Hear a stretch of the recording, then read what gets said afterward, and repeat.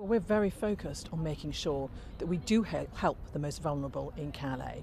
We've already moved out over 200 children, and my priority as we go forward taking more children out of that camp is to focus on the most vulnerable, which is why we've particularly been focusing on young girls. Only 10% of the camp is girls, but last weekend about a third of the young people we brought over were girls.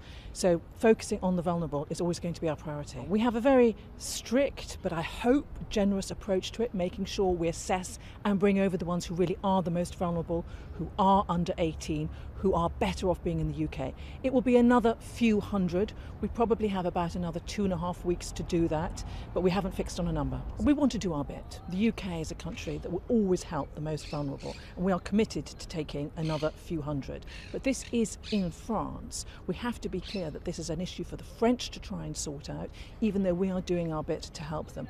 One of the reasons that the French were so keen to dismantle this camp is because it does act as a draw, and the additional children or other people who've been arriving in the past few days are being drawn into the camp because of the opportunity they see of going elsewhere. So I think it's absolutely right that the French do take this action.